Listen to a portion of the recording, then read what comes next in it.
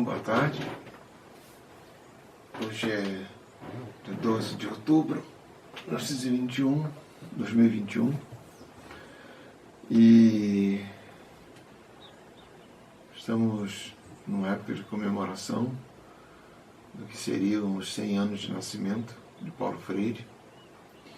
E em função dessa efeméride, eu fui convidado e foi solicitado que eu fizesse alguma falasse as minhas lembranças, falasse o que significa ser professor freiriano há 53 anos. Então, nunca saí da sala de aula e sempre tive Paulo Freire como meu referencial, meu guru. Eu quero contar um pouquinho do que foi essa convivência fraterna, amiga, com alguns encontros pessoais, e muita leitura, muita reflexão, muita conversa, muita troca com grandes companheiros freirianos. Bom, começo dizendo que Paulo Freire fez opção pelo oprimido. Isso não foi uma opção romântica, foi uma opção vivida. Ele era filho de um militar de baixa patente que fica doente e morre. E a mãe dele, com as 3 crianças, 2 meninos e uma menina, mais velhas que o Paulo, viveu em Recife, depois se mudaram mais para o interior, e ela trabalhava como serviços gerais para conseguir manter essas crianças e manter. Então é alguém que nasceu em 1921 e morreu em 1997. Morreu em São Paulo. Mas foi muito interessante porque em 1929, 28, 29, 27, 28, 29, aquela crise que abateu o mundo capitalista fez com que a miséria chegasse na casa dos Freire. E eles passaram muita necessidade. Tanto é que o Paulo tinha uma gratidão muito grande aos 2 irmãos mais velhos que trabalhavam para ajudar na economia doméstica e, com isso, possibilitar que ele tivesse estudado. Mas essa mãe fantástica mantinha os filhos unidos, próximos e num processo de cooperação permanente. Não havia uma competição entre eles, havia cooperação.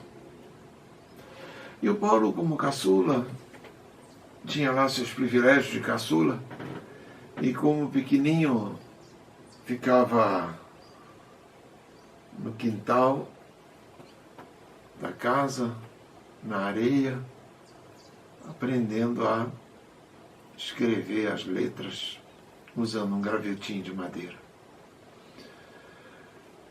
Quando ele cresce um pouco mais, ela vai trabalhar como serviços gerais numa escola particular, e o Paulo vai e ajuda ela a varrer as salas. E uma coisa fantástica que é que são as voltas que o mundo dá. Quando o Paulo, já depois da morte da Elsa, foi a sua esposa, em São Paulo, ele vai orientar uma orientanda que era a filha do dono dessa escola.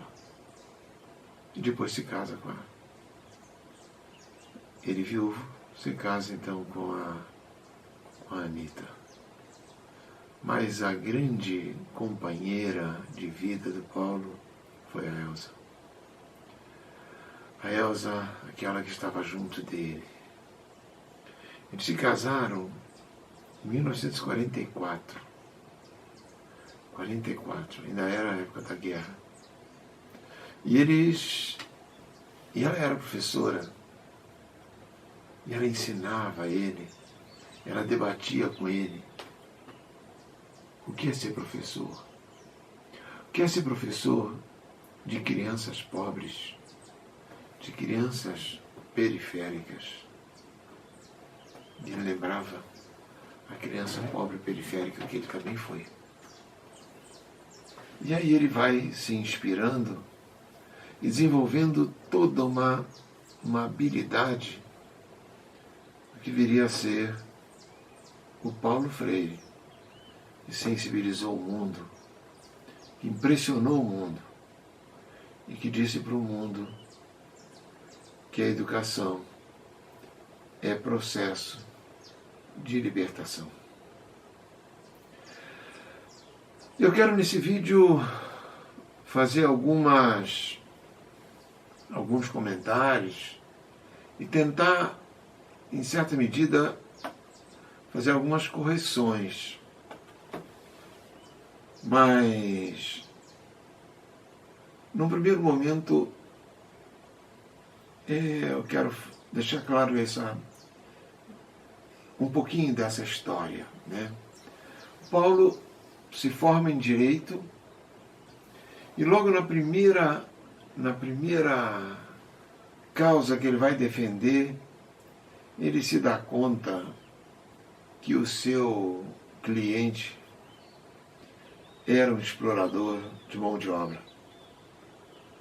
E ele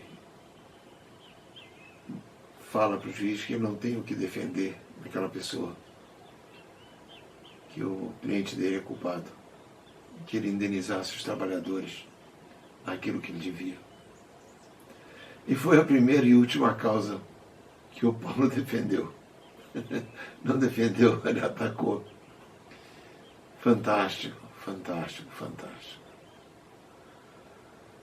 E ele então vai trabalhar no SESI. E no SESI ele ele ocupa a função de educador, já que ele, na Universidade do Recife, fez o curso de Direito e fez o curso de Filosofia da Linguagem.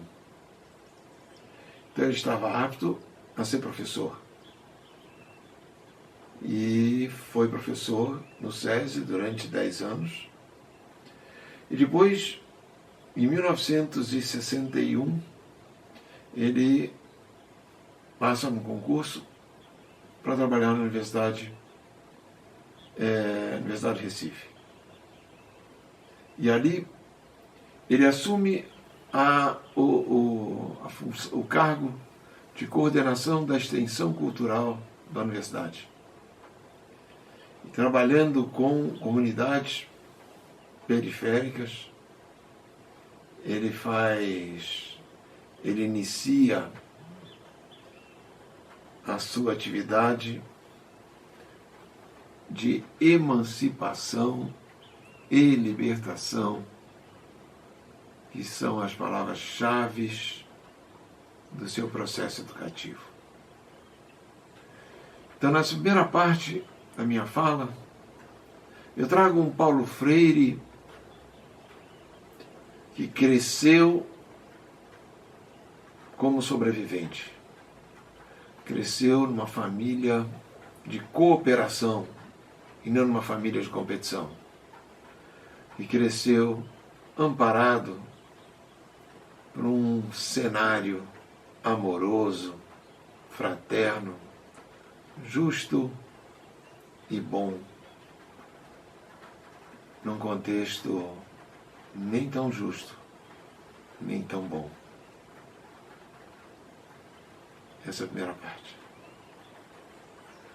Faremos mais 3 partes nessa série. Tá? Até já.